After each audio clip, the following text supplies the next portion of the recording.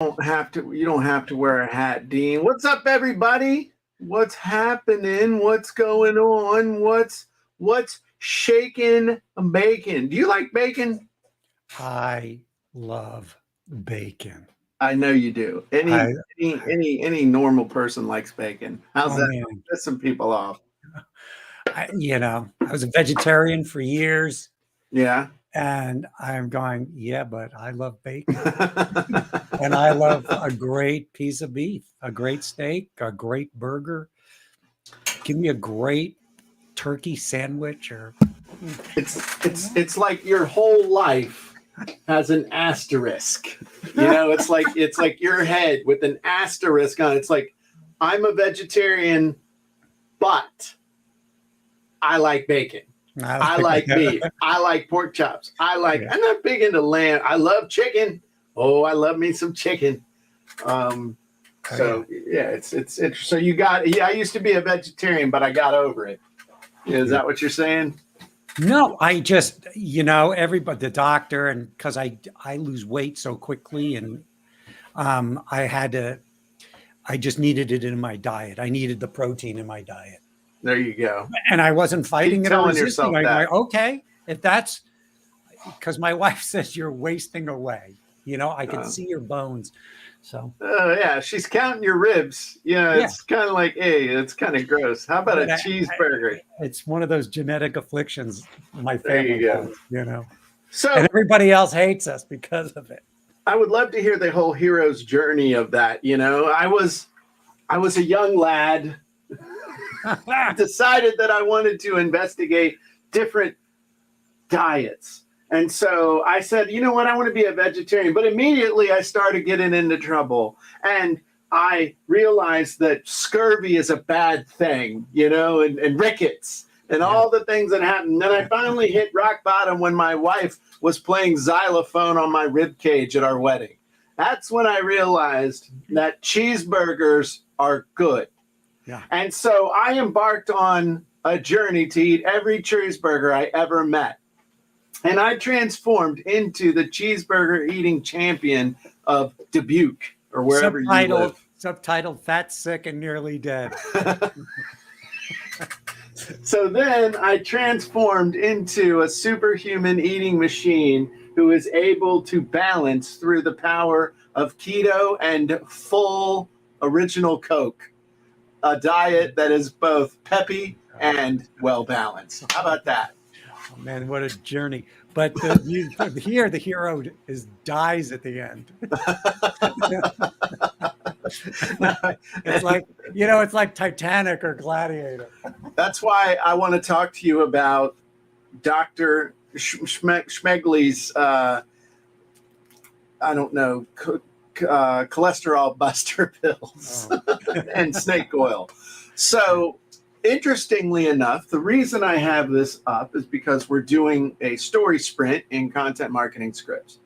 And today was day 2, and I taught the origin story.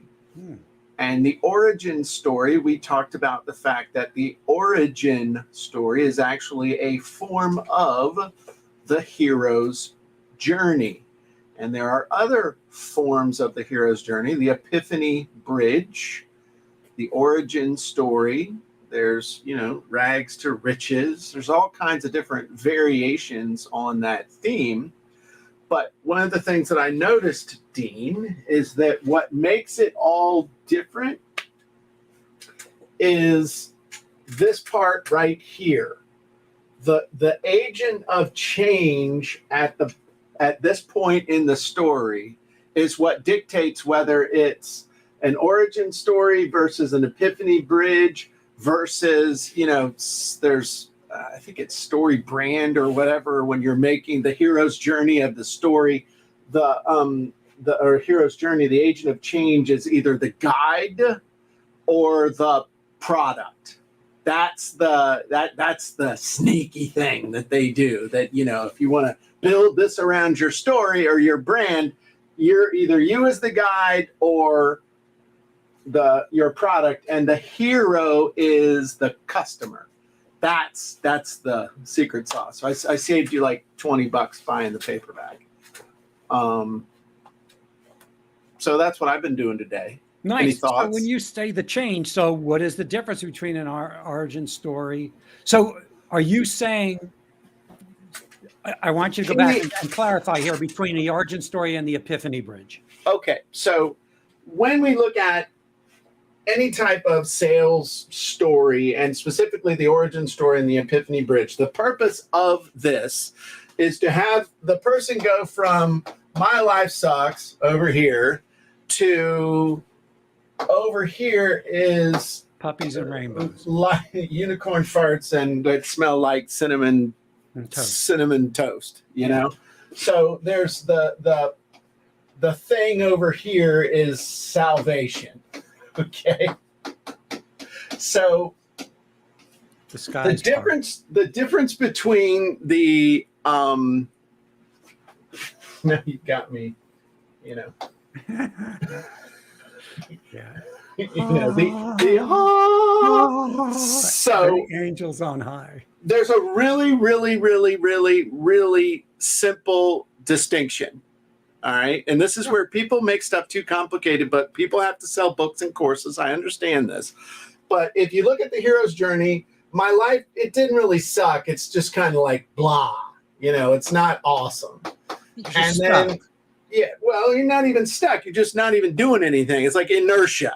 So then there's some sort of a decision. There's some sort of an event. There's something happens where you decide to do something.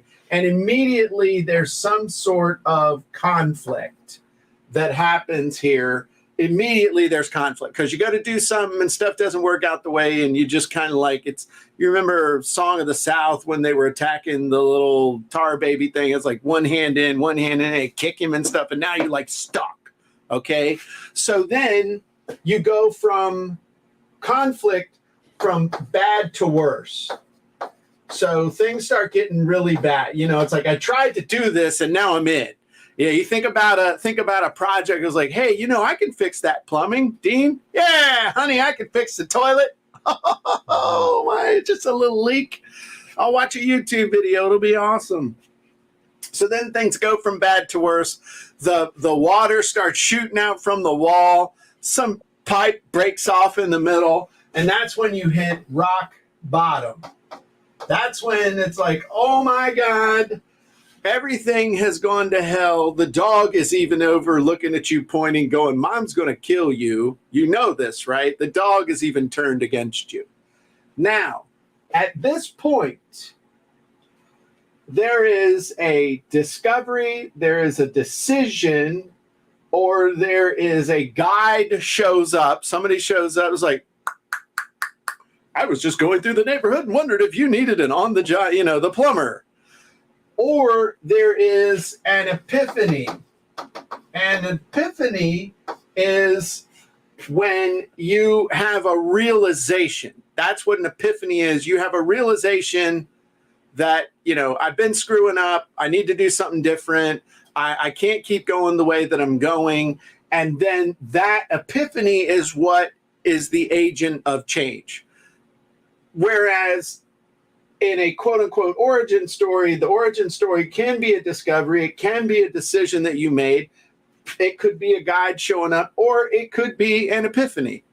What I'm saying is an epiphany bridge is an origin story, but an origin story doesn't have to be an epiphany bridge. It can be whatever was the agent of change. This is the most, so in other words, especially in sales copy, this is the most important part of the whole process. Everything else is important because it sets the stage for this. Whatever this is, the discovery, the decision, the guide, the product, the whatever, which because this is what is the spark for the change, for the growth, and then ultimately leading to the ascension to a higher level. So it's a little distinction, but everybody gets so wrapped up in it. It's like, is this an origin story? Is this a hero's journey? Is this an epiphany bridge? Whatever. And so I was just discussing the finer points of that so people could understand what was really going on here. So there's so in essence, so if I'm just gonna mirror back in some uh-huh, different words, the uh-huh. Epiphany Bridge is a specific subset of your origin story. Yes, which is a subset of a hero's journey. Yes. Yep. Yep. So hero's journey, origin story. You like that? Or on Zen. Onzen. And onzen, you know, that prevents hair loss. Epiphany. May have side effects, so read the fine print. You know, I should just invite a nun to come and hit my hand with a ruler. You know, just have her standing over here, Sister Rosemarie from first grade. She'd do it for free too. I mean, you know, just give her a cot, a rosary, and stuff, and let her hit me. She'd love it. And she'd be hitting you even if you didn't make a mistake. Oh yeah, like, but at random intervals. Just because it's like that would make it even worse because you never know when it's coming. And God forbid you should be left-handed. You've tied that, you hook that in your belt. You're done. Start using that right hand. The devil's doing its work. So, but I just, this is interesting though, because people get hung up in this, and you know, people can make this more complicated than it is, and it's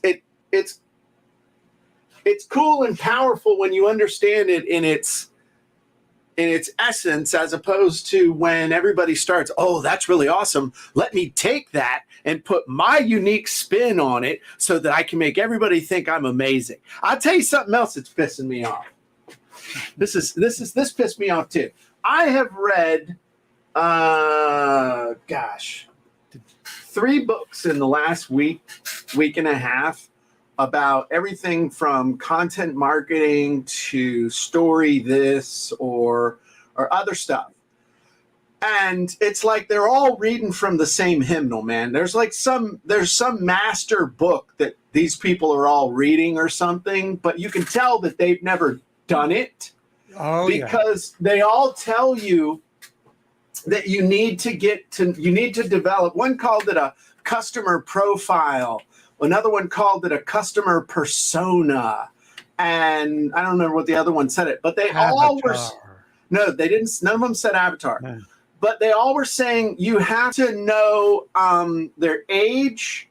They were all basically playing the number soup thing. They're like, okay, you know, they're guys that do this or women of a certain age, and they're married and they have kids and they work in this industry. That's a customer persona. And I'm like, that all of that is implied. You're all copying from each other because you're all saying basically the exact same thing. And I can also tell that you've never created content, you've never written copy, or you're somebody who had a company or an organization that you had people under you that were actually doing it, that all you did was say, I mean, I actually had one say that you needed to have a listening officer. You know, if you were going to be successful content marketing, you had to have a listening officer, and this person's only job is to cruise around social media and see how people are reacting to your content.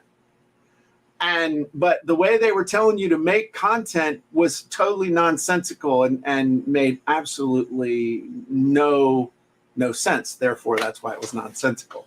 But I just think it's funny how people regurgitate the same things because they heard it from someone else and it sounds good in theory. Yeah. But anybody who's done it knows that's BS, because you're not going to create content for a 40-year-old man who works in insurance. There's too much implied that you have to know, and maybe you think you know it intrinsically or something like that. But that's, anyway. Did any of those books talk about monetization of the content? They skirted around it and said that it was new and that it was, you know, that you needed to measure a whole bunch of stuff to see whether it was effective or not. And then there was one sentence that said, oh, and you should try to measure sales because that's pretty easy to do because you know whether money came in or not.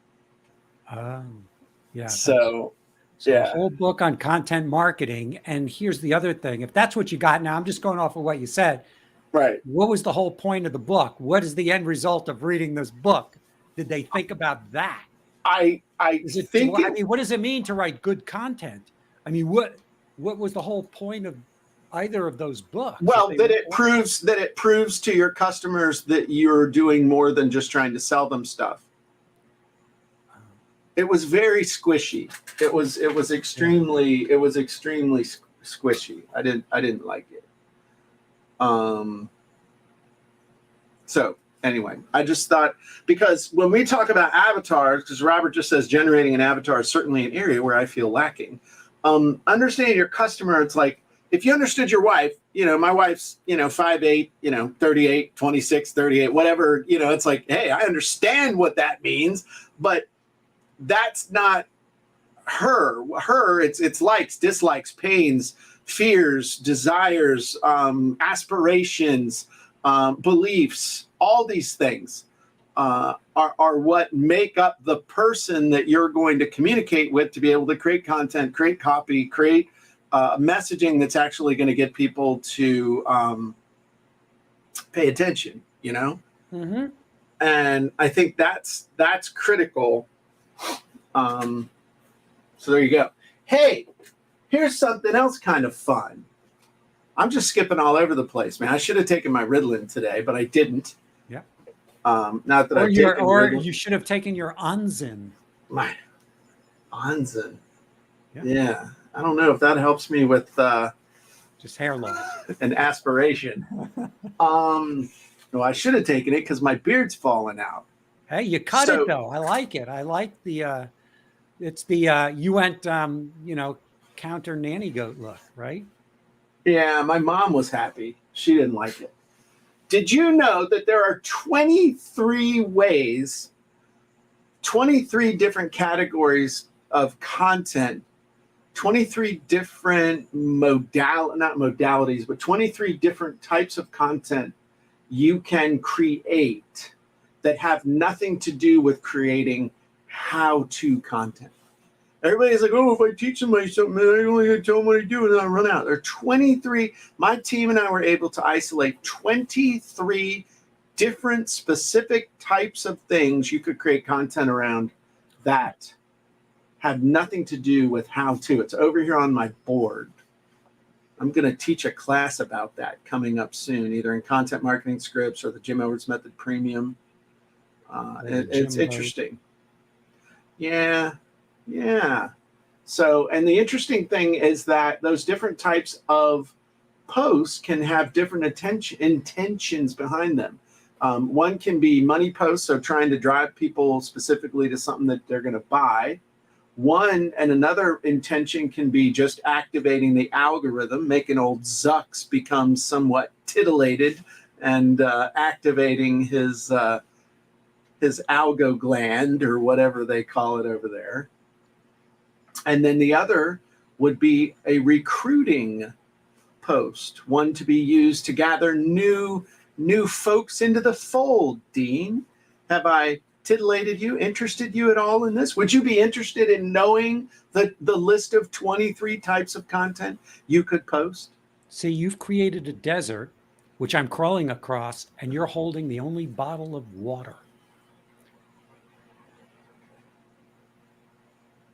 That's what you've done. Yeah, and I was trying to figure out how much you were willing to pay for it. Exactly. So there you go. Well, Anna made a good question. I would like us to be. Let's talk about this. go. Yeah. Anna says, so the Epiphany Bridge, my story should be about the pain or desires that brought me to join an MLM, then go to the landing page. Sure, if that's the call to action, you can tell your story about how you can, but just got to make sure that the story don't refer somebody here. You gotta, and there's two things when it comes to MLM. One is the business and the other is the product. So you need to say, okay, is this story about me doing the business or is this story about what the product did for me? So is the purpose sending people to the landing page to buy the product, or is the purpose sending people to the landing page for the opportunity?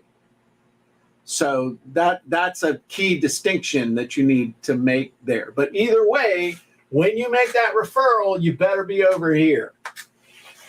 Right. So it seems like Anna would want to use her Epiphany Bridge or origin story in order to recruit new members underneath her, or new customers. new So, customers. and to this she join says an product MLM. first. So yeah, it would be if you were going to do the origin story, it would be your Oh, experience she with the said product, either using the product yourself or seeing a friend or a loved one or somebody important to you using the product. To me would be the one that makes the most sense, because the purpose of telling the story is why you, why this, why now.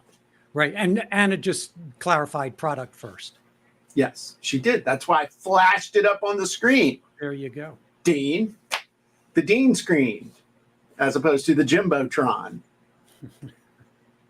So yeah, that's what you do. And that's, don't make the referral down here. My life sucked, and that's why you should use Acme.